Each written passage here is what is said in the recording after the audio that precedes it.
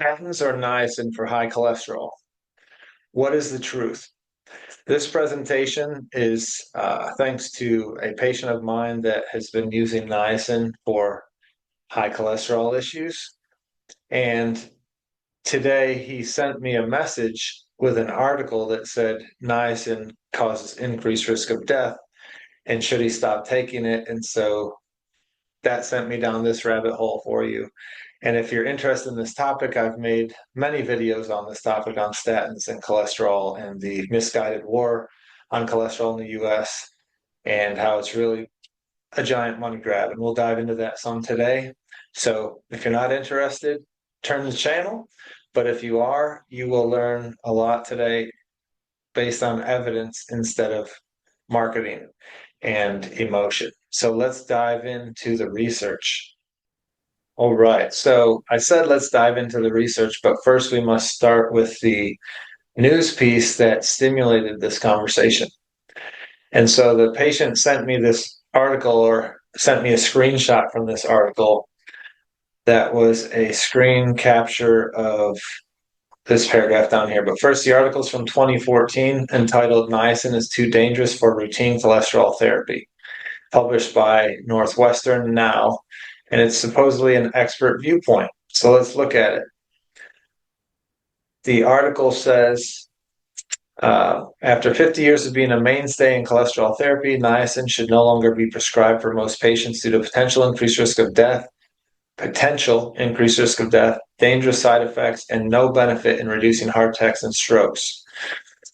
This was written by Northwestern Medicine preventive cardiologist Daniel Lloyd Jones in a New England Journal of Medicine editorial. All right, Lloyd Jones' editorial is based on a large new study published in the journal that looks at adults aged 50 to 80 with cardiovascular disease who took extended release niacin, which is vitamin B3. B3 is niacin, not the normal vitamin, is not extended release. That pharmaceutical company did it to that. And laroprepran, a drug that reduces face flushing caused by high dose of niacin, to see if reduced heart attack and stroke compared to placebo over 4 years occurred. All patients in the trial were already taking a statin. The paper goes on to say niacin did not reduce heart attacks and stroke rates compared with placebo. More concerning, niacin was associated with an increased trend toward death from all causes, as well as significant increases in serious side effects, liver problems, excess infections, excess bleeding, gout, loss of control of blood sugar for diabetics, and development of diabetes in people who didn't have it when the study began. So that's the paragraph he sent me saying, should I stop the niacin you have me on? Then the author says there might be one excess death for every 200 people we put on niacin. Remember that number, okay? And he says, with a signal like that, this is unacceptable therapy for the vast majority of patients.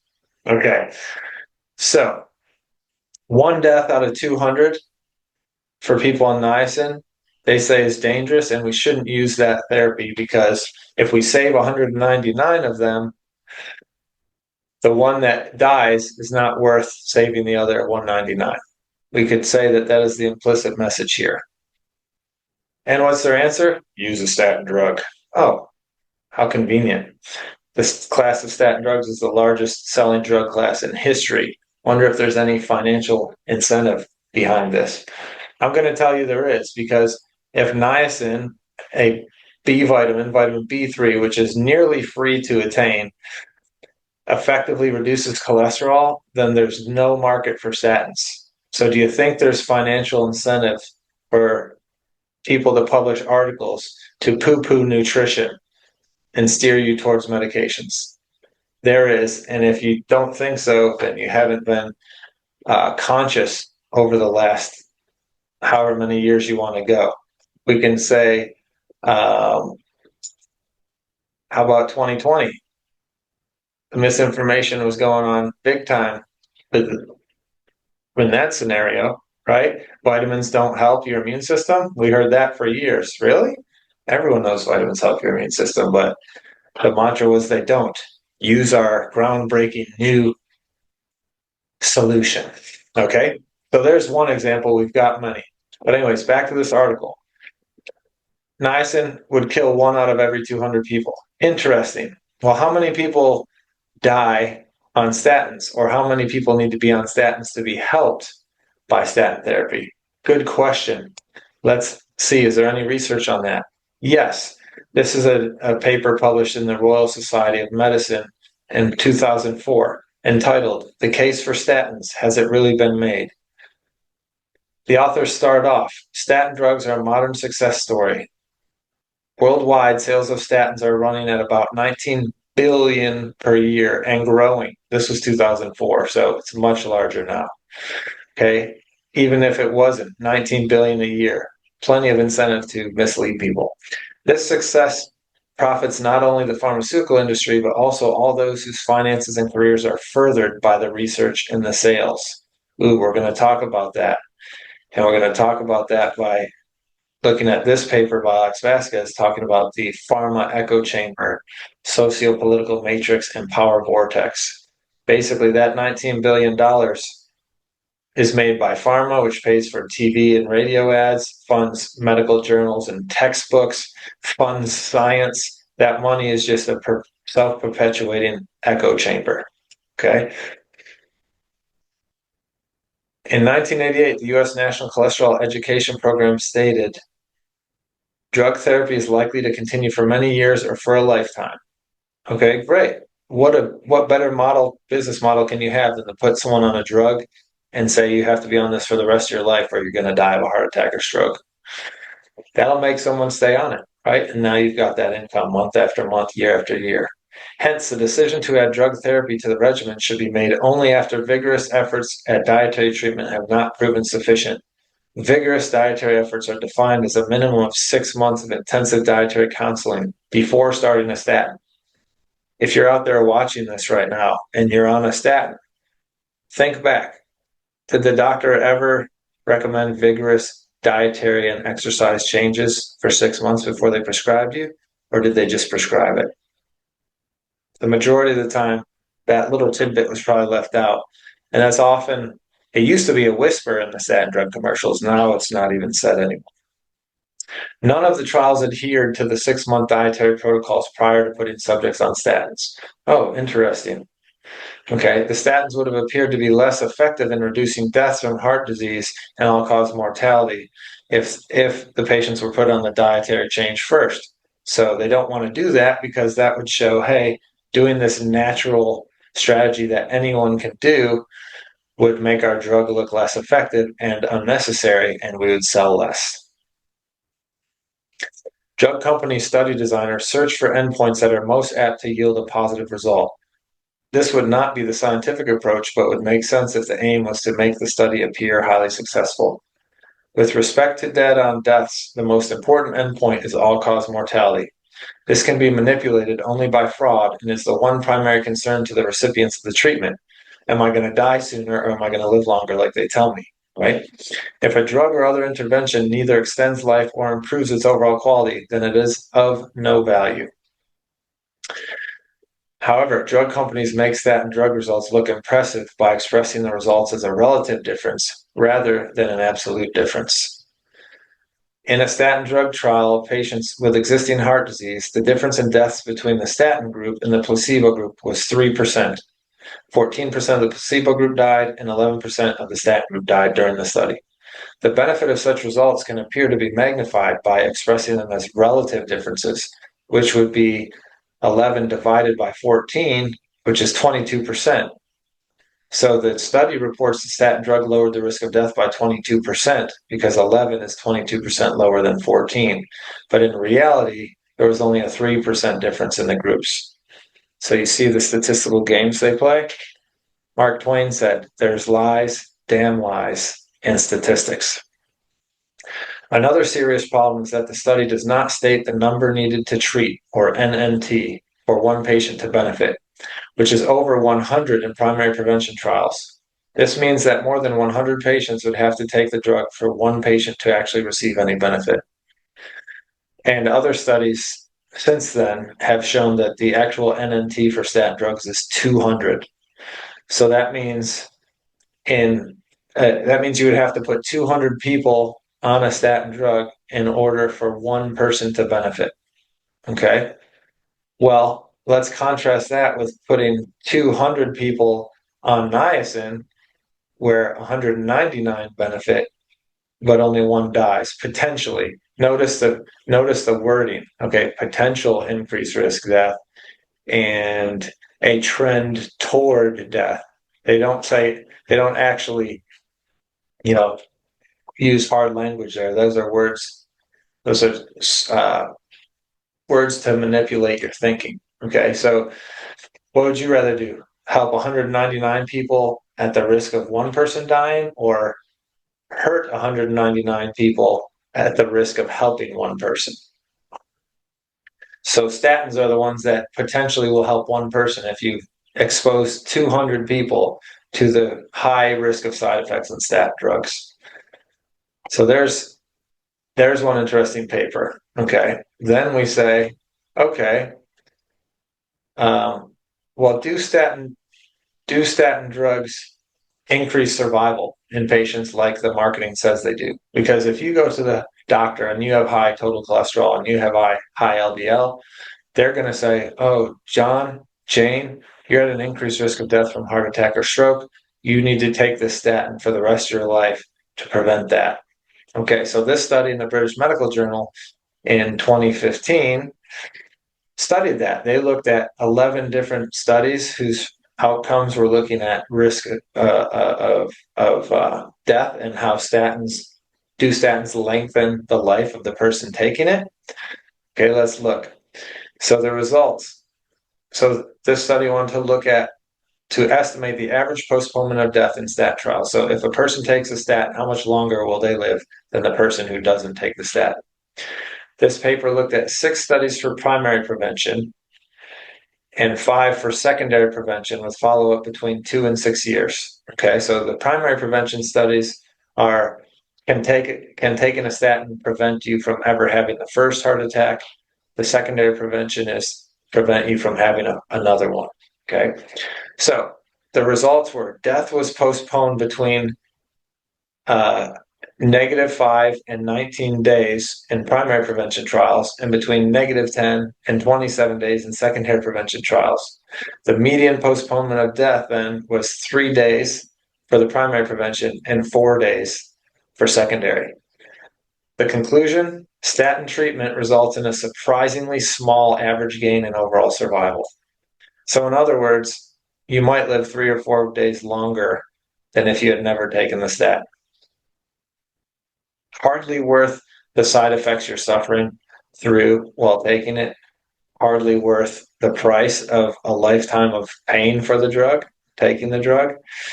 And if you did research, too bad they didn't do research next to a control group that wasn't on a statin, an intervention group that wasn't on a statin, but was practicing healthy diet and exercise. It'd be interesting to see how long their death was postponed.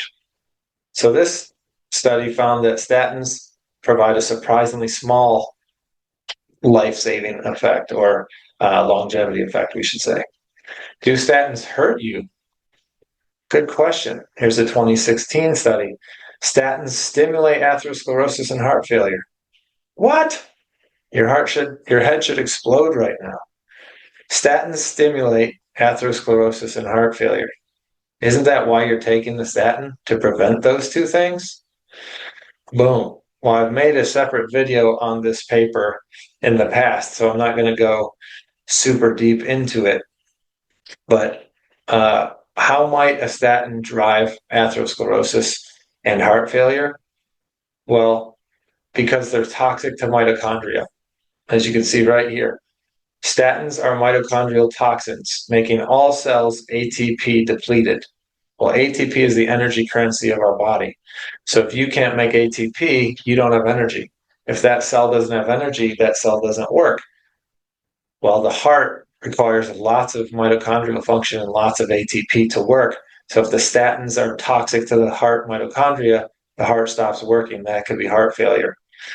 That could drive atherosclerosis. Because most mammalian cells, which humans are mammals, depend on mitochondria for their energy, statins are general cell toxins. And it's well known that statins cause CoQ10 deficiency, CoQ10 is a key nutrient needed for energy production. We can go through this chart and show that statins decrease iron, CoQ10, selenium, vitamin K2. Decreasing vitamin K2 leads to artery calcification, which drives atherosclerosis. Decreased selenium is reduced antioxidants, so more oxidative stress, more rust, more vascular damage. Lack of iron and CoQ10, decreased energy production, impaired muscle function, heart failure, atherosclerosis. So the statins aren't looking so shiny sweet anymore, are they? Statins are contraindicated in patients with diabetes. Interesting. Many patients with diabetes are on statin drugs.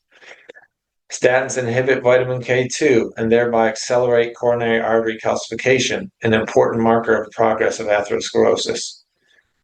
Glutathione peroxidase synthesis is inhibited by statins. Last week we talked about glutathione being our master antioxidant. So statin drugs are driving rust that way. So again, the story behind statins and their benefit and utility is much more marketing than it is science. In green here, the mortality rates for cardiovascular disease, cerebrovascular disease, cancer, and all causes were elevated along with lowering total cholesterol levels below 220. So we've talked about this in the past as well. They want you to have low cholesterol. If you look at your labs, total cholesterol, the quote-unquote normal range right now in 2024 is to be below 200. Well, multiple studies have found that as you lower total cholesterol below 220, and it gets worse the lower you go below 200 and below 180, there's higher risk of heart disease, stroke, cancer, and death from all causes. So they're barking up the wrong tree with cholesterol.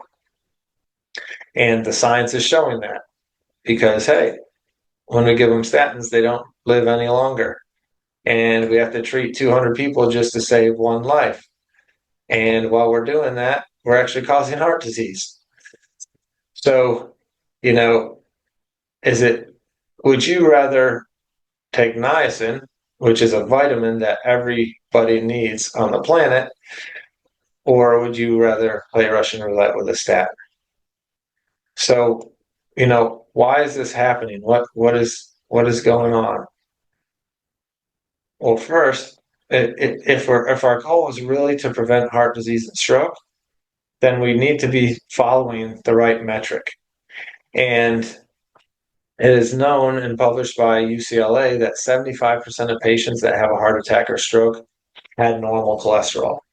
So the whole basis of telling a patient they need statin medication because they have high cholesterol, they're missing 75% of the people they're claiming to save. And this has been recognized by science. So in 2022, the Journal of the American Heart Association and the Journal of the American Medical Association Cardiology also published a study to look for a lipoprotein or a cholesterol marker that actually will help the system not miss those 75% of people with normal cholesterol that still have a heart attack and stroke. And what both papers found was that a much better marker for cardiovascular risk from a cholesterol perspective, a much better marker than total cholesterol and LDL is what's called apolipoprotein B, or ApoB for short. And the American Heart Association paper here explains it. So it says deposition of cholesterol within the artery wall caused by trapping of apolipoprotein B, or ApoB, initiates and drives the evolution of atherosclerosis. Okay, so atherosclerosis is started by the deposition of ApoB in your arteries. From beginning to the end, from the appearance of the first fatty streaks to the complex calcified atherosclerotic plaques, ApoB is it. Okay, deposition of cholesterol within the arterial wall only occurs with trapping of ApoB particles within the artery wall. So ApoB is what we should be focusing on, not LDL, not total cholesterol. Okay. And then if we go further down here, the risk of cardiovascular disease is driven by the number of ApoB particles, which are trapped within the arterial wall. And cardiovascular risk relates more directly to the number of ApoB particles in the blood than to the mass cholesterol within them. Okay, let's read that again. Cardiovascular risk relates more directly to the number of ApoB particles in the plasma than to the mass of cholesterol within them. Therefore, the variance or discordance between the levels of ApoB on one hand and LDL and non-HDL on the other underlie why ApoB is a more accurate marker for heart disease risk in humans than either LDL or non-HDL. So ApoB should be what we follow. Because there's one molecule of ApoB per particle measured in the blood, total plasma ApoB is an exact measure of the total number of ApoB. Okay? Fasting samples are not required to measure ApoB. So when you're measuring total cholesterol and LDL, you have to be fasted, because if you're not fasted, the food you ate can influence your total cholesterol and LDL and triglycerides. So that can be inconvenient because now you have to wait till you're fasted to get blood work. Well, fasting, you don't have to be fasted for ApoB. So it's a much more convenient marker. You can run it at any point. Okay, LDL is an inexact and therefore clinically unreliable measure of the number of LDL particles. ApoB is a much better measure of LDL than LDL. Imagine that. All right, and a little bit more here.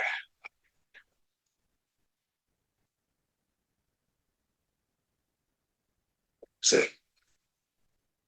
okay, thus, neither LDL or non-HDL are reliable estimates of LDL ApoB or total ApoB for an individual patient. Given that the atherogenic lipids circulate within ApoB and that trapping of ApoB within the artery wall is the fundamental cause of atherosclerosis, this new approach is more physiologically based, stronger science behind it. A normal LDL does not imply normal LDL particle number. Conversely, an elevated LDL does not imply an abnormal LDL particle number. We believe the appropriate clinical cut point to designate high ApoB should be 105 milligrams per deciliter, which is the 75th percentile of the American population, which is what they do for LDL. And then this talks about here, if you have two patients, if one patient has high ApoB but a beautiful lipid panel at their doctor's office, and the other patient has a low ApoB but lab high total cholesterol and lab high LDL, the patient with low ApoB is safer than the one with the high ApoB that has the normal cholesterol. So they say right here, therefore, cardiovascular risk attributable to the ApoB lipoprotein is not as increased in individuals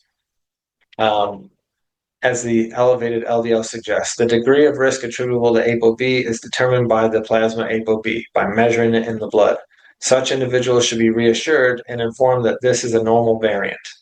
Okay, so that could be confusing with me just reading it, so let me write it out here. So let's say you have a patient you have patient A who had blood work, and their LDL is high on their blood, their LDL-C.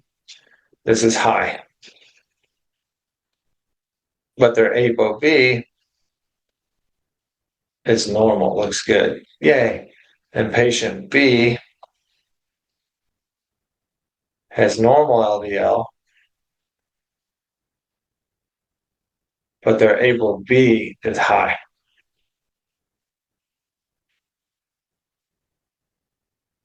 Patient B would be given a smiley face at their general practitioner's office because your GP will not run ApoB. They don't read the science, they don't stay up on it, they listen to the drug reps, and they hand out statins like candy. Okay, so you go to your yearly physical, they run LDL, they don't run ApoB, and your LDL is normal, and they give you a smiley face. Okay, whereas patient A would get the opposite. Their GP would run their lipids, and they'd have a high LDL, and so they'd be pressured to go on a statin drug because their GP doesn't run an ApoB. But their ApoB is normal, so they don't need a statin. So now they can only be hurt by the statin because they're on the drug they don't need. And so now that statin is driving deficiency in vitamin K and selenium, glutathione, and CoQ10 for this ghost that doesn't exist. All right. So the patient A is, even though that's what this is saying right here, is even though, let me change my color for you. It says, even though patients like patient A have elevated LDL-C, the degree of risk attributable to the ApoB is determined by the measuring the ApoB. Because theirs is good, this individual should be reassured and informed that they are good. This is a normal variant. We don't have to worry about that high LDL from a cholesterol heart disease risk standpoint. I hope that makes sense.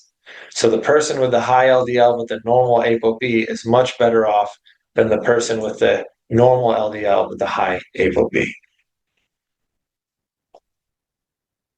All right. And so, okay, if ApoB is the key, and that's all we need to worry about from a cholesterol risk perspective, cardiovascularly, then is there anything that helps reduce ApoB? Good question. Oh, weird. It's niacin. Niacin can reduce ApoB. Since 2016, this study's been published. Effect of niacin on ApoB in statin-treated patients with diabetes. Okay, what they find? Niacin reduces ApoB concentration by lowering fasting and post-meal ApoB secretion. This effect may be beneficial for lowering atherogenic post-meal lipoproteins and may provide cardiovascular disease risk benefit in patients with diabetes. That's great because this study, nope, this study just said that diabetics should not take statins. So what are they left with? Well, how about some niacin? But wait, niacin's dangerous. No, if we follow the science instead of the marketing, the science is adding up to, uh, showing that the statins are the emperor with no clothes, right? And then this, like I said earlier, this is all documented very well by Dr. Alex Vasquez in showing that, it's marketing, it's money. Follow the money, and the money creates this echo chamber where they scare you about cholesterol falsely, as we just showed you, as the American Heart Association themselves just showed you, published in their own journal.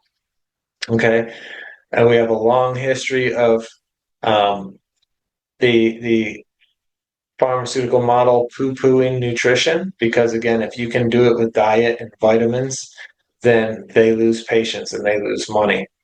And so Dr. Vasquez has many papers on this. Here's another one where he critiqued a different paper from the American College of Cardiology where they were saying vitamins and minerals don't work for heart disease prevention and treatment. Just in the interest of time, I won't read this to you, but I'll let you know that they do, and you know that too. And so we have to read articles like this one. We have to be thinking, what's the motivation behind this? Where would the money flow if this were true? Where are they pointing you?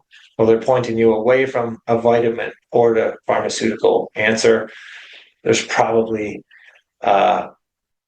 money involved there, and it is highly involved. So in this one here, I won't read it to you, but he shows how medical journals are paid, how they're paid by the industry, by the pharmaceutical industry. And so how research funds are dispersed in all of this. Payments by U.S. pharmaceutical and medical device manufacturers to U.S. medical journal editors, and they're making lots of money. So if you are like the person who triggered this whole video for me today and you're on niacin, so what did I tell him? Okay. Because he said, should I be worried? Well, no, what I told him is the 200 numbers.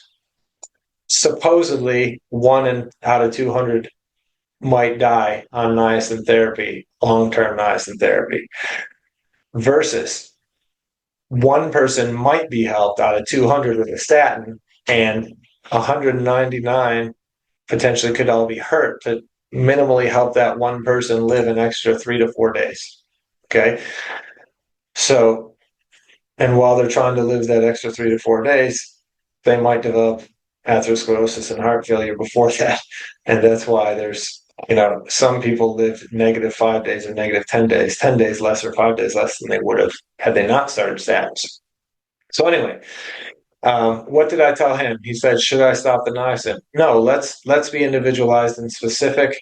Let's use objective measures. So what I told him was, he happens to have been on niacin for over 8 weeks at this point, and he had gone for an 8 week retest of his cholesterol and ApoB, and his numbers were all improving.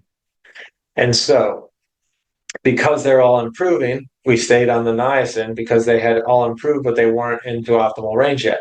So what I told him is, yes, you have no signs of any of those bad things happening in your blood work that the study or the paper lists. And B, you're not in normal range yet. So we still want more benefit out of that. And so I said, at your next blood test, if your ApoB is now in normal range, then we can stop the niacin because we accomplished our goal with it. And then from there, we would wait another 8 weeks with you not on niacin. And at 8 weeks from there, we would go retest your ApoB. And if your ApoB climbed back up to lab high again, then we know you need niacin on a longer term basis, and we follow you that way. If your ApoB stayed down after 8 weeks of not being on niacin, then you can let the niacin go because it did its job. It lowered your ApoB, and now you've been living in a way that keeps it down, and so you don't need the niacin long term. So that's how you do it in reality. We don't blanket treatment to anybody. We want to use science to understand physiology, and so in this case, we don't care about the lipid panel. We look at ApoB for cardiovascular risk.